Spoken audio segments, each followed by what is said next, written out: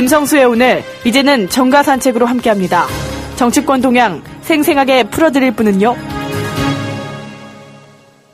한겨레신문의 하어영 기자 지금 전화로 연결되어 있습니다. 불러보겠습니다. 안녕하세요. 예, 안녕하세요. 예, 하 기자님. 지금 이렇게 비바람을 뚫고 또 열심히 취재 중이신가 보죠? 일단 상황이 계속되고 있으니까요. 예. 네, 현장하고는 연결을 계속하고 있습니다. 아, 그래요? 지금 이제 현장하고 연결을 계속하신다는 얘기는 새누리당. 네네네. 그렇죠? 새누리당의 지금 원내대표 경선 아직까지 안 끝났나요?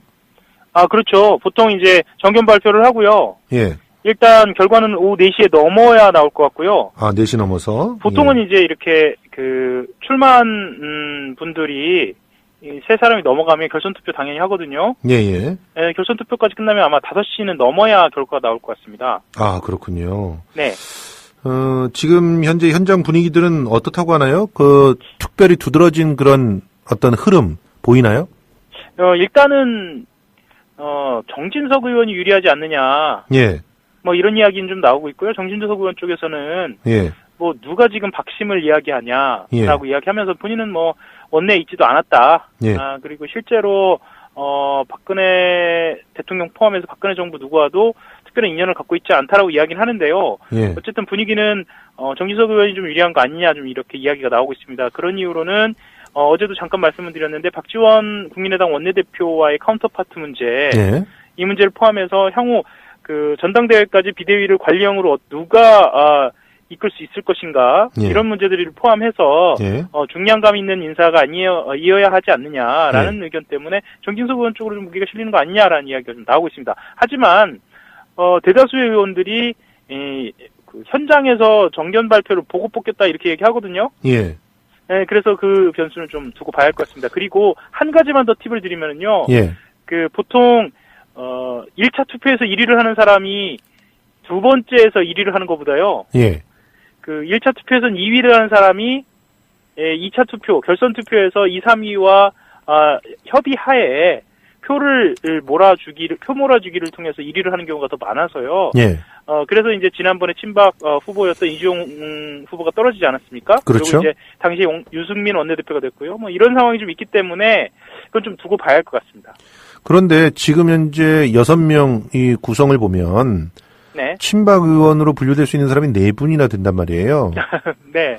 이분들이 다 최고위원 되는 거 아닙니까? 글쎄요. 그건 좀 두고 봐야 할 것 같습니다. 왜냐하면 일단은요. 예. 원내대표가 선출이 되면 당 수습을 위한 비대위 구성이 논의가 될 거고요. 예. 일단은 비대위원장을 원내대표가 맡는 경우도 있지만 지난번 원유철 원내대표 때도 그 부분에 대해서는 부정적인 견해가 많아서 외부 인사로 해야 한다는 이야기가 있었고요. 그렇죠. 그렇다고 본다면 비대위원을 친박으로 꾸릴 것인가? 물론 이런 이야기도 좀 나오고 있지만 지금 분위기로서는 사실상 어렵지 않느냐? 예. 그런 판단도 좀 있습니다. 그건 좀 두고 봐야 할 것 같습니다. 그렇군요. 좀 어쨌든 지금 이런 상황 속에서 확실하게 비박으로 분류될 수 있는 사람은 나경원 의원. 네. 나경원 의원하고 이재경 의원 2조인가요? 네, 그 정도인데요. 예. 사실상 지금 박근혜 대통령이 일종의 어떤 예전처럼 여러 가지 방식으로 줄 세우기라든가 아니면은 표에 대한 향방에 대한 해서 언급하지 않고 있기 때문에 친박이 꼭 유리하냐, 비박이 유리하냐 이렇게 보기 좀 어려울 것 같습니다. 하기는 서로가 나는 친박 후보가 아니다 얘기하는 그런 상황이 벌어져가지고 지금 유기준 후보 같은 경우도 누가 나를 친박이라고 하느냐 이렇게 얘기하고 계시고 유기준 후보는 타겟파 선언을 했다가 예. 또 말을 얼른 다시 주저앉기도 했고요. 했었죠. 예. 그리고 정진석 후보도 지금 누가 박심을 얘기하는 이런 얘기를 하고 있다고 그런 거 보니까 네. 정치는 정말 생물인 것 같습니다. 참 신하 어저께까지만 원내대표는 그렇습니다. 예, 엊그저께까지만 해도 그 사진을 갖다가 왜 걷다 걸고 있느냐 이거 갖고 싸우던 분들이 네. 이러고 보니까 참 그렇네요.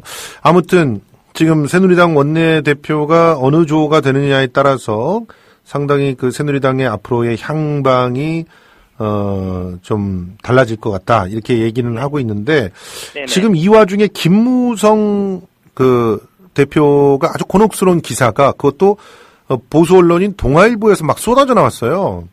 그렇죠. 예, 지금 예. 마약 거래 온상인 나이트클럽의 지분을 사위가 6년간이나 보유했다. 근데 예. 사위가 그 마약을 했던 그 업소가 바로 요 업소 바로 옆에 있더라. 그렇죠. 예, 요런 뉘앙스의 기사들이 막 쏟아졌단 말이죠.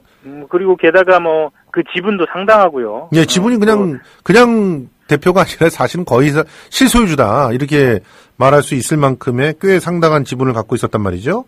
예. 그러면 그래서 이제 뭐 예, 맞습니다. 예, 지금 김무성 대표 주변에서 이런 기사가 쏟아져 나오는 것은 무슨 의미로 봐야 되나요? 일단 이 기사를 좀 자세히 볼 필요가 있는데요. 예.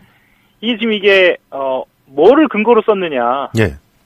그러니까 어떤 제보를 통해서 이걸 썼느냐 보면 법원 등에 따르면 이렇게 나오거든요. 예. 그러니까 법원 등에 따르면 이렇다라는 것은 일단 현재에 진행하고 있는 그 법원 판결에 더하기 다른 제보가 좀 있었다라는 거예요. 예. 그리고 특히나 이제 동아일보는 전통적으로 법조팀이 강한 것으로 그렇게 알려져 있습니다. 그렇습니다.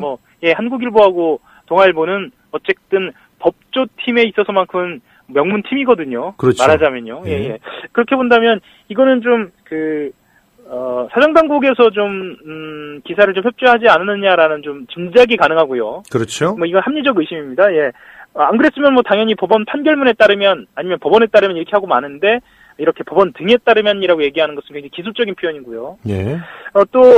김무성 사위의 보도가 지금 나왔다라고 하는 것은 지금 원내대표와를 선출하고 비대위로 가는 국면 아닙니까? 그리고 그렇죠. 특히나 김무성 대표가 얼마 전에 그 원불교 행사에서 선글라스를 끼고 나타났거나 아니면 모든 행사에 등장해서 기자와의 인터뷰를 거부하는 것처럼 예. 지금은 암중모색하고 은인자정하는 그런 상황이거든요. 예. 그런데 이런 상황에서 김무성 대표의 약한 고리를 문제 삼았다라는 것은 정치적으로 좀 타격을 주겠다라는 의도로 좀 보입니다. 예. 그러니까 결과적으로 지금 대권 가도는 꿈도 꾸지 마라. 혹은 대권 가도에서 아웃됐다. 이걸 선언하고 있는 건 아니냐. 이런 분석들이 나오고 있거든요. 이런 기사들이 쏟아져 나온다는 것은. 예, 그런 분석도 나오고요. 이제 다만 명확하게 봐야 할 지점은요. 예. 그러니까 우리가 이제 연좌제 이야기하지 않습니까? 예. 특히나 이제 아들이나 딸도 아니고 사위인데요. 예. 김무성 대표가 이 사위의 사법 처리 과정에서 직접적으로 개입했거나 아니면 간접적으로 개입했다고 하더라도 그에 대한 명확한 증거가 나오지 않는 한 예. 이거를 김무성 대표가의 실책이다 아니면 김무성 대표의 잘못이다라고 규정을 짓는 것은 조금 조심스럽긴 합니다. 물론 그렇습니다만은 예, 지금 이제 예. 그 김무성 대표 사위 문제뿐만이 아니라 김무성 대표와 관련돼 있는 구설수들이 그럼요. 그 동아일보에서 계속 나오고 있어요. 그렇습니다. 예. 그러니까 이 부분이 이렇게 쏟아져 나오는 것들 자체가 그러니까 그들만의 이너 서클에서는 네네. 이제 아웃이다. 그래서 확실하게 꿈을 꺾든지 무릎을 꿇든지 확실하게 정리를 해라라고 하는 것들을 이제 그 신호로 보내고 있는 거 아니냐 이런 얘기거든요. 그런 분석이나 그렇게 의견을 내놓는다고 하더라도 그게 이제 무리다라고 이야기하면 좀 힘들죠. 제가 좀 굉장히 조심스럽게 얘기할 수밖에 없는 게 예. 이게 김무성 대표에게 그럼 결정타냐?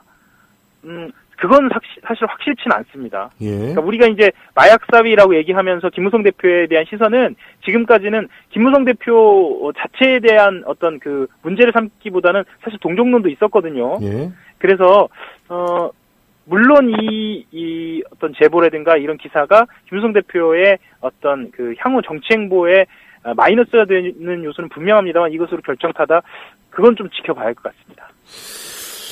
예, 알겠습니다.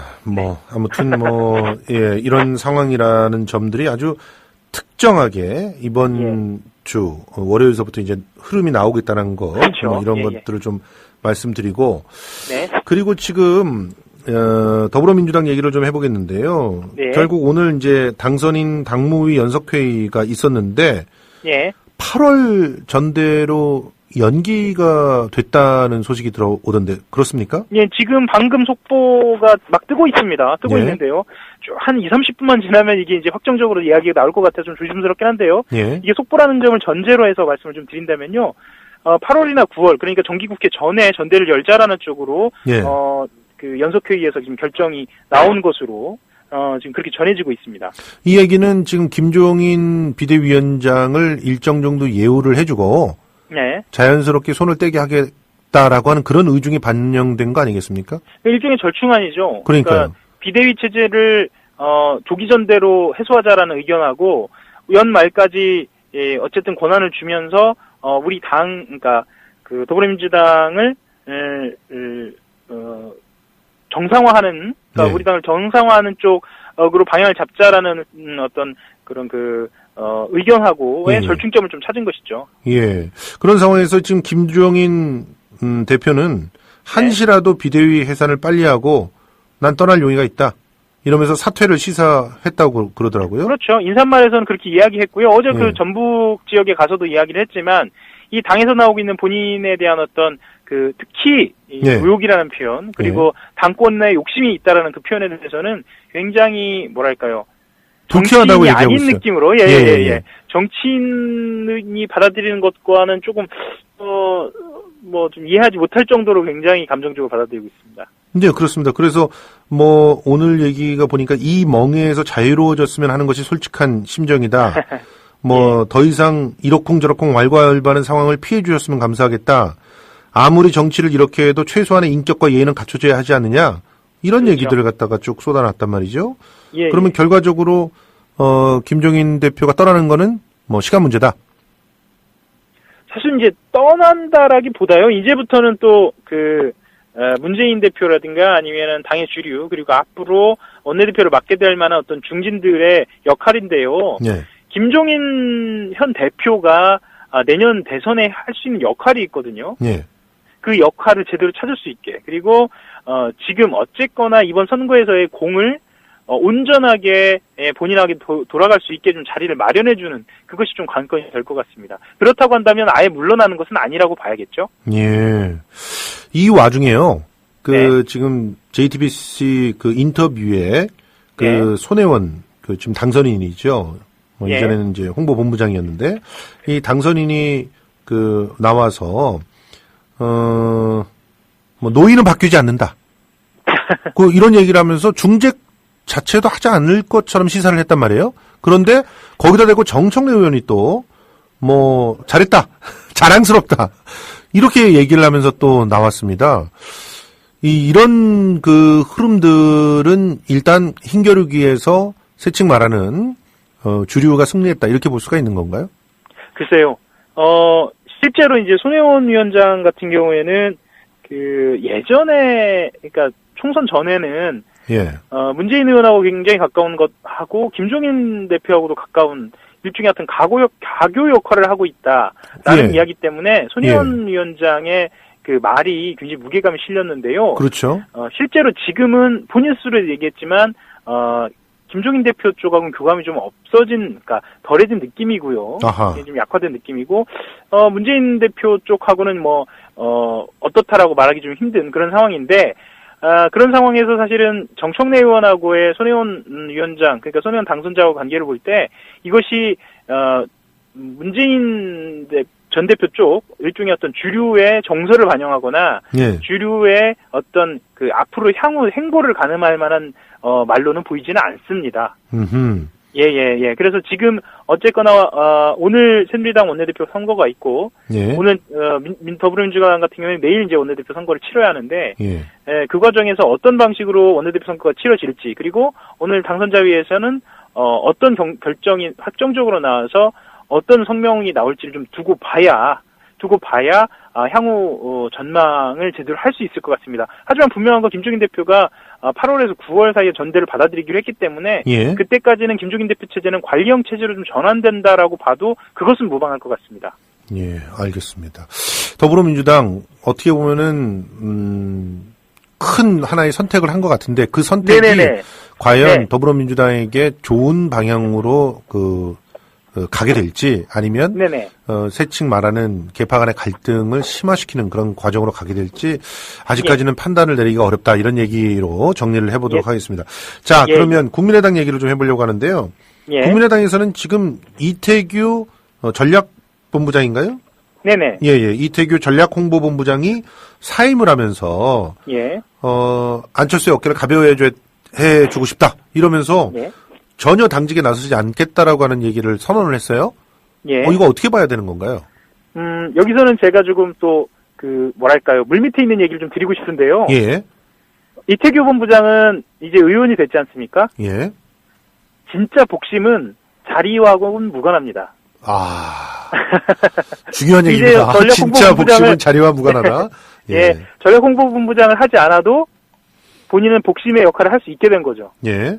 자기의 역할로. 그리고 예. 특히나 이제 의원이 됐기 때문에 의원단에서의 역할이 필요해졌습니다. 이전의 구도로 보자면 안철수 의원 쪽에 진신캠프 출신들의 사람들, 그리고 호남 의원들을 중심으로 의원단의 어떤 그 양대 구도가 있었다면, 예. 이제는 이태규 의원이 의원이 됐기 때문에 의원단 내부에서의 의견이 조율할 필요가 있거든요. 특히 이제 박지원 원내대표라는 그 고단수의 정치인이 국민의당을 이끌어가는 상황이기 때문에 안철수 의원하고의 의견 조율, 이런 부분도 좀 필요할 겁니다. 그렇다고 한다면 전략홍보본부장이라는 역할보다는 눈에 보이지 않는 정무적인 역할이 훨씬 더 중요해진 거죠. 그래서 사실은 전략홍보본부장을 그만뒀다는 건 안철수 대표의 뭐랄까요, 결정권을 가볍게 해준 것임과 더불어 본인의 역할을 더 중하게 판단하고 있다라고 봐도 무방하겠습니다. 예.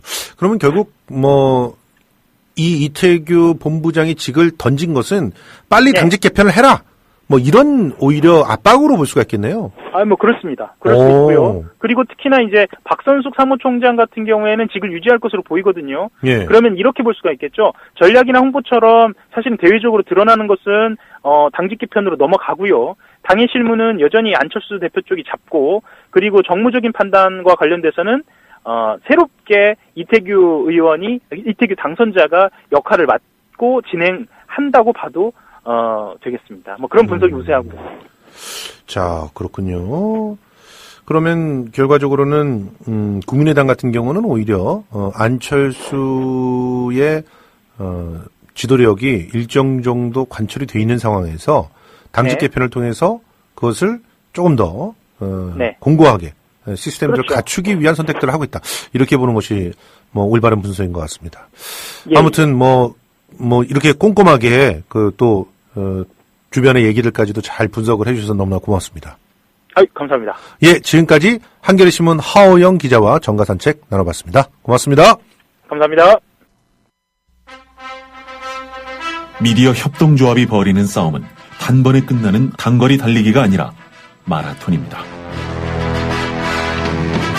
반만 년 동안 기승을 부려온 기득권 논리, 또 기회주의가 어찌 일거에 숙청되겠습니까? 인내심과 지구력을 갖고 천천히 또박또박, 그리고 신랄하게 헤쳐나가야 합니다. 국민TV의 조합원이 되어주십시오. 이 사술과 기만의 시대 언제까지 방치하겠습니까? 국민TV가 가장 무서운 견제자로서 어둠을 헤치고 썩지 않게 하는 힘이 되겠습니다. 이제 가입하실 때가 됐습니다. 미디어 협동조합 홈페이지 국민.tv 또는 mediacoup12@gmail.com의 문호는 24시간 열려 있습니다. 다 함께 자부심으로 물려줄 세상을 만듭시다. 누가 아는 바로 당신이 할 일입니다.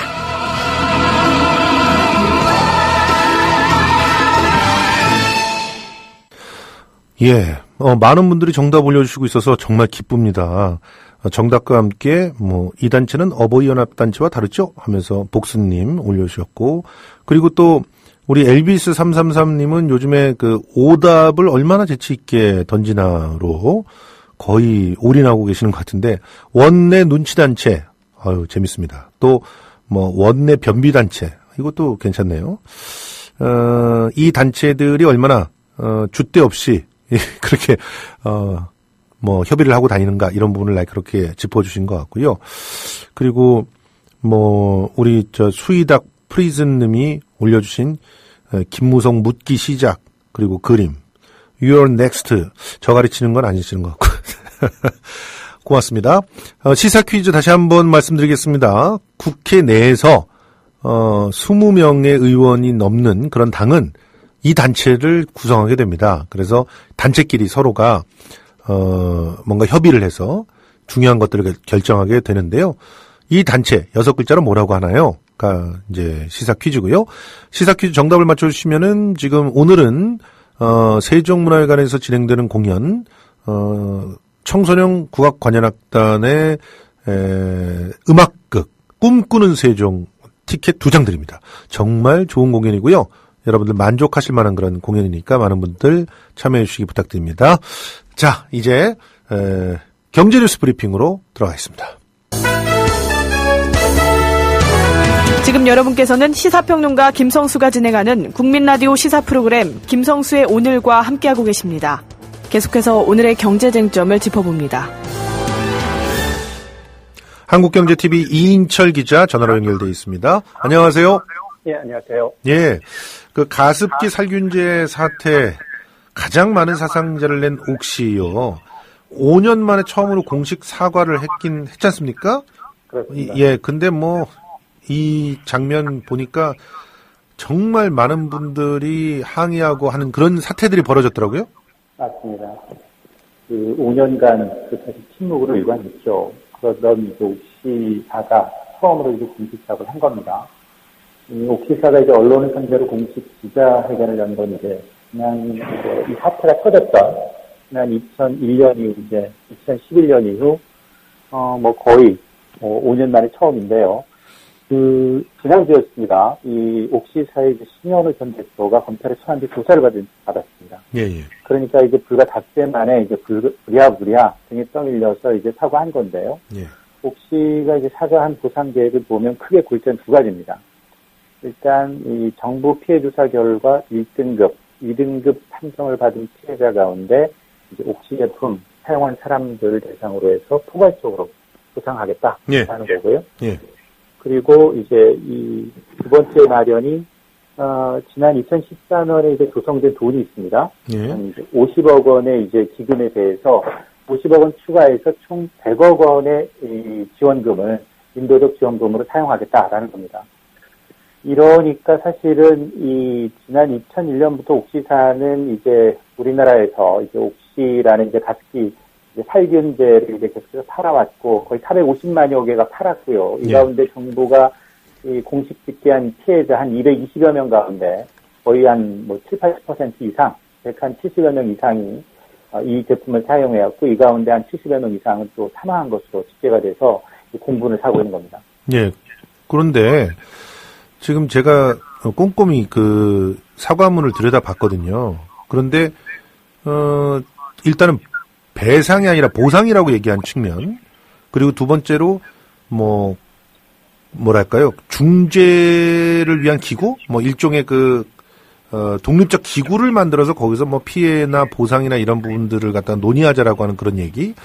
그 다음에 세 번째가 지금 원래 가습기 살균제는 한 회사 제품만 쓰지 않았을 것이다. 여러 제품들이 같이 섞여서 사용하신 분들도 있을 것이다. 그러면서 모두가 함께 뭐 대응하자. 요 3가지 얘기가 사실은 전부 다 자기네들 책임을 잘 인정을 하지 않는 걸로 느껴졌거든요. 맞습니다. 사실 뭐 사건 발생 5년 동안 모르쇠로 일관하다 갑자기 사과한 배경에 대해서도 말이 많지만 이 발표한 내용을 보면 자기네들이 이 사건에 대한 이제 어떤 가해자라는 걸 인정하기보다는 피해가려는 게 많습니다. 그러니까 자기네들이 막 이렇게 우리가 잘못한 건 별로 없는데 그래도 지금 눈앞에서 이렇게 피해를 입으신 분들이 있다고 하니 보상을 해드리겠습니다. 이거잖아요, 보상. 그러니까 그냥 우리가 마음이 넓어서 돈 좀 마련해가지고 너희 좀 줄게요. 이런 태도였단 말이죠. 그렇습니다. 그 때문에 이제 그 기자회견에 참가한 피해자들이 이제 공분을 사기도 했는데요. 항의하면서 잠시 이제 기자회견이 중단되는 사태까지 있었는데 사실 그동안 옥시코리아 이제 100번도 넘게 이제 전화하고 그 앞에서 시위했죠. 그런데 아무도 대응을 해주지 않았습니다. 그렇습니다. 피해 보상에 대해서는 언급조차 하지 않다가 이제 이러니까 이제 피해자 가족들은 불났습니다. 이제 당장 이 사과는 우리한테 하는 게 아니다. 지금 뭐 언론에 와서 사과하는 거냐? 기업 이미지 때문 아니겠느냐? 그리고 이제 여기에다 불매운동까지 이제 겹치다 보니까 이제 옥시 영국 본사 차원에서 이제 이 사과를 해야 되는데 진정성이 그러니까 떨어질 수밖에 없다라는 거고요. 이러다 보니까 지금 이 피해자 가족과 소비자 연맹에서는 이 집단 소송, 영국 옥시 본사를 상대로 한 이 집단 소송까지 지금 추진을 하고 있는 상황입니다. 우리만 독박 쓸 수는 없다. 그러니까 옆에 있는 회사들까지 끼어 들어가고, 그리고 피해자 들한테 휘둘리지 않으려고 뭔가 공개 기구 뭐 이런 거 만들려고 하는 것 같고 이런 모습이란 말이죠. 참 이런 꼼수들 좀 툭툭 털어버리고 정말 무릎 꿇고 사과하는 그런 모습을 좀 봤으면 좋겠습니다. 자, 아무튼 다음 뉴스로 넘어가도록 하죠. 전자상거래를 통한 수출 규모가 처음으로 수입 규모를 넘어섰다는 그런 소식이 있네요. 그렇습니다. 전자상거래를 통한 이제 수출이 크게 늘고 있다는 건데요. 이 통계청이 이제 3월 온라인 쇼핑 동향을 발표했는데 올해 1분기 온라인 해외 직접 판매액이 4,787억 원인데 1년 전에 비해서 84%가 늘어난 겁니다. 예. 같은 기간 이제 우리 이제 국내 소비자들이 해외 직접 구매한 금액은 4,463억 원, 5.7% 늘어나는 데 그쳐서 예. 이제 해외 직접 판매액이 해외 직접 구매액을 넘어선 게 이제 관련 통계가 작성되기 시작한 지난 2014년 이후 처음인데요. 예. 지난해만 하더라도 역직구 규모가 직접 수출한 것보다 한 40% 이상 많았습니다. 아, 그랬군요. 예, 이런 추세로라면 올해 연간 기준으로도 역직구가 직접 구매 규모를 좀 넘어서지 않겠느냐라는 관심이 나오고 있습니다. 예. 전자상거래를 통한 수출이 급증하는 배경 어디 있습니까? 일단 여러 가지가 있습니다만 이제 한류 열풍이 가장 큰 몫을 하고 있고요. 예. 특히 이제 중국 소비자들이 많이 이제 우리나라 제품을 온라인을 통해서 구매를 하고 있는데요. 예. 최근에 이제 K본부의 드라마가 이제 그야말로 전 세계적인 열풍을 일으키면서 예. 그 주인공이 입고 먹고 사용한 물건들이 불친하게 온라인을 통해서 팔려나가고 있습니다. 그렇습니다. 주로 보면 이제 화장품, 의류 구매 예. 이런 것들이 많이 늘어나고 있는데요. 국가별로 보니까 중국입니다. 중국이 단연 전체 수출액이 3,634억 원, 석 달 만에 이제 전체 우리나라 판매액이 74%가 중국에 팔리고 있다는 거고요. 예. 그 뒤를 미국, 일본, 아세안이 이제 차지하고 있는데 품목별로 보니까 화장품 판매액이 154% 2배 이상 늘었고요. 예. 의류, 패션 관련 용품도 66%를 포함해서 대부분 이제 한류 효과, 여기다 중국 관광객들의 어떤 소비자들의 온라인을 통한 인터넷 구매가 가장 활발하다라는 겁니다. 뭐 앞으로 이런 것들이 늘어날 것 같은데 아니 이렇게 역직구까지 늘어나고 있는데 도대체 왜 수출이 줄어들고 있다는 걸까요? 참 답답합니다. 자, 앞으로 대부업계 최고 법정 대출금리 한도 낮아진다고요?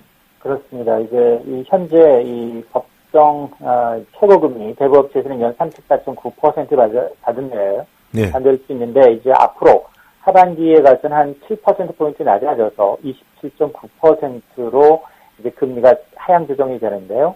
이건 이제 금감원이 일단 대부업 법정 최고금리 한도를 인하하는 내용의 대부업법 시행령을 입법 예고했기 때문입니다. 예. 이는 사실 지난 3월로 거슬러 올라가는데요. 당시 시행됐던 이 대부업법 개정안의 내용을 보게 되면 법정 최고금리를 현재 34.9%에서 27.9% 이하 범위에서 시행한다라는 것에 따른 후속 조치입니다. 예. 어쨌든 금융당국은 뭐 규제개혁위원회 법제처 심사와 이제 국무회의 의결을 거치게 되면 한 오는 9월 정도 개정안이 시행되지 않겠느냐라는 관심입니다. 예, 그런데요. 한 27.9%도 너무 높지 않습니까? 근데 이걸 획기적으로 낮추게 되면 예. 이 대부업체에서 이제 대출을 못 받는 사람들이 이제 어떤 부작용도 있기 때문에 이걸 이제 차츰 단계적으로 낮춰야지 이걸 획기적으로 낮추게 된다면 그게 이제 오히려 부작용이 나타날 수 있기 때문에 이 금융당국은 고심하고 있는 겁니다. 뭐 그러면 이런 식으로 이제 낮춰가면서 나중에는 20% 초반대까지 좀 떨어뜨릴 계획이다 이런 얘기죠. 예, 그렇습니다. 하여튼 신용이 좀 낮은 사람들이 오히려 급하게 대출을 쓸 수밖에 없는 것인데 그런 사람들은 이렇게 고리에 시달릴 수밖에 없어서 더 빚으로부터 고통스러워할 수밖에 없는 이런 현상, 좀 획기적인 어떤 대책들이 있어서 개선이 됐으면 좋겠다는 바람 가져봅니다. 오늘도 고생하셨습니다. 네, 감사합니다. 네, 지금까지 한국경제TV 이인철 기자였습니다. 예, 오늘 시사 퀴즈 정답은 꿈을 지배하는 자님께서 원내 교섭단체 국민라디오 화이팅 하면서 올려주셨는데요. 이분께 선물 드리도록 하겠습니다. 우리 그 청소년 국악관현악단의 꿈꾸는 세정 티켓 2장 보내드리고요. 어제도 제가 말씀을 미리 못 드렸는데 국악 콘서트 티켓 받으신 분 우리 임대웅 PD의 이메일을 통해서 연락처를 알려주시기 부탁드립니다. 피리 보는 사나이님. 예. 지금 날씨는 여전히 혼란스럽고 굳기만 합니다. 우리들의 상황이 이렇게 어렵고 힘든 상태에 놓여 있다는 것인데요. 언론은 왜 필요할까요? 반드시 권력을 감시함으로써 사회 공동체의 구성원들에게 보다 더 큰 이익을 돌려줄 수 있게끔 하기 위해서 필요한 것일 겁니다. 다시 말해서 언론이 반드시 사랑하는 그런 존재는 국민들이 되어야 된다는 것이죠. 언론이 권력을 사랑하게 된다면 그 나라의 미래는 없을 것입니다. 퀸의 노래 I was born to love you 들으면서요. 언론이 우리 국민들에게 이런 노래를 불러주기를 기대합니다. 내일 다시 저는 찾아오겠습니다.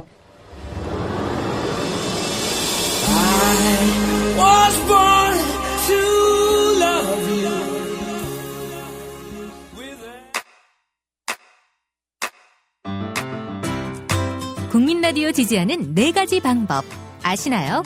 다운로드하기, 별점 주기, 댓글 달기, 구독하기. 국민 라디오를 보다 많은 이들에게 전할 수 있는 가장 손쉬운 방법. 다운로드하기, 별점 주기, 댓글 달기, 구독하기. 잊지 마세요. 다운로드하기, 별점 주기, 댓글 달기, 구독하기.